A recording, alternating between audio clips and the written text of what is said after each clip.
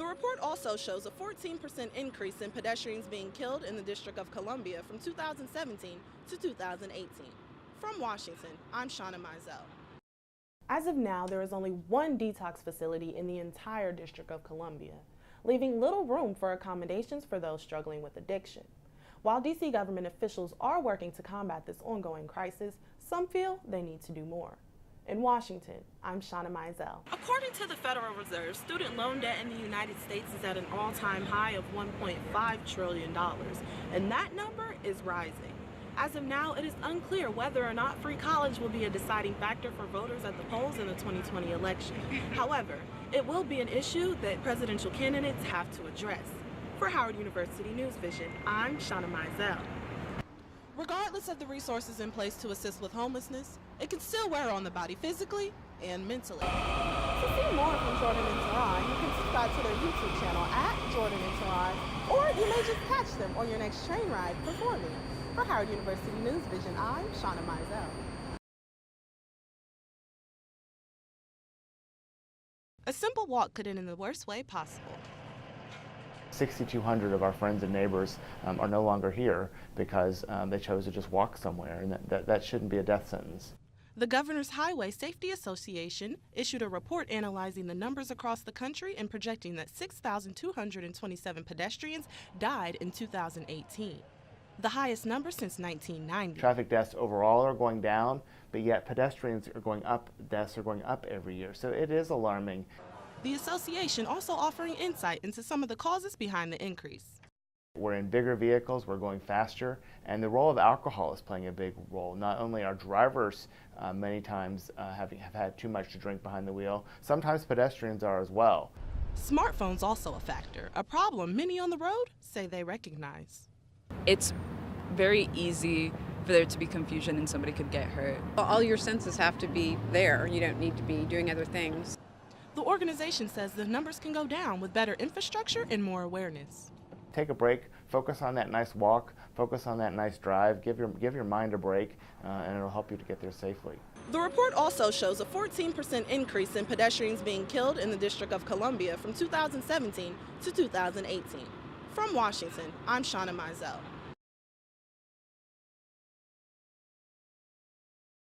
Director Jordan Peele chose one college campus for an early screening of his new film, Us. None other than Howard University. Howard's dope. Howard's iconic. So much so that Winston Duke's character Gabe is seen wearing a Howard sweatshirt for majority of the movie. Because the history and the culture that Howard has historically exhibited, it's a very black campus and it's about black culture, and we all love Lupita. Students got a full movie theater experience followed by a question and answer session with the stars and director of the movie.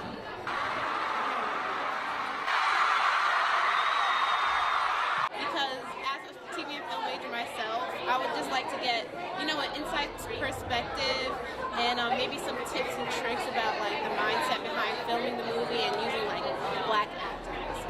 And that is exactly what students got. I think what attracted me to this project was this exploration of a persona and a shadow self. Students turned a horror film into a fun time and commended Peele for his work. The whole point of filmmaking is you're trying to make something new. You're trying to make your favorite film that doesn't exist. So I'm going to keep doing that. While Howard University students got to see Us a couple days early, you can check it out in theaters this Friday, March 22nd. For Howard University News Vision, I'm Shauna Mizell.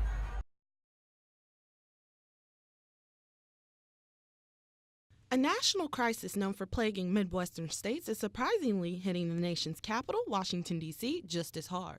There's always been an opioid heroin problem here in D.C. The issue really came to the forefront again in the news media after fentanyl.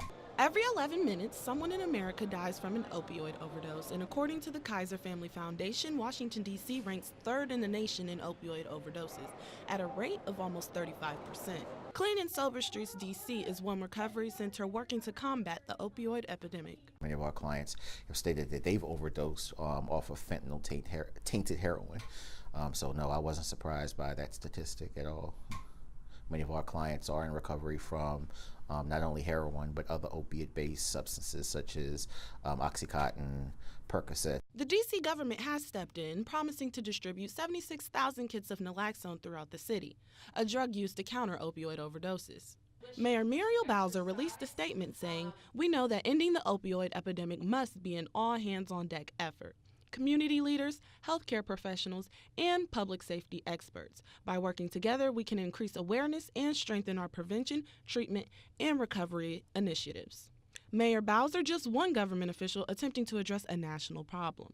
The opioid, massive problem, and I want to get that absolutely right. This country, and frankly the world, has a drug problem. The world has a drug problem, but we have it, and we're going to do something about it. Melvin Roy is a living testament to overcoming opioid addiction. When somebody tells you that you have a disease that you don't know nothing about, that you didn't know was a disease, the acceptance piece first, that, I just thought I used, but you have a disease, you're an addict, and things of that nature. I just didn't think it was that bad, even though now I look back on it, yes, it was that bad. 8 years later, Roy is now employed at Clean and Sober Streets, D.C., the same place where he once came for treatment. The most rewarding for me is when you see people come in here hopeless, helpless, and then they stay here. You see them later on with their family, working, and they come back up and tell you, "Thank you, Mr. Roy. I appreciate you. It was an inspiration for me." That bring tears to my eyes because I was there. And that's my main thing to them. If I can make it, you can make it. If I can do it, you can do it. As of now, there is only one detox facility in the entire District of Columbia, leaving little room for accommodations for those struggling with addiction. While D.C. government officials are working to combat this ongoing crisis, some feel they need to do more. In Washington, I'm Shauna Mizell.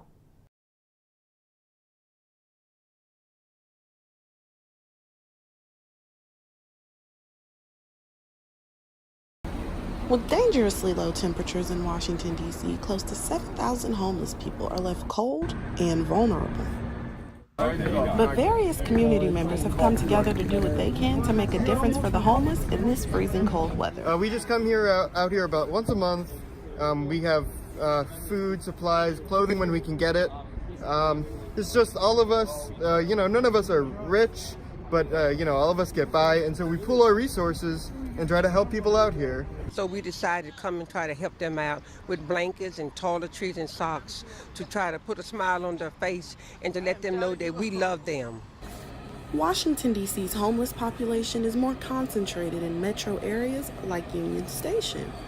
I've been homeless, most all my life, out here in Washington, D.C., Regardless of the resources in place to assist with homelessness, it can still wear on the body physically and mentally. I'm in shelters, which is hard for me to adjust in there.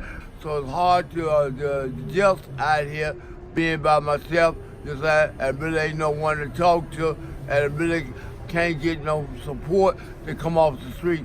So often in modern life, we're alienated from each other, we're isolated from each other. It's important to build connections, especially with people who society often overlooks.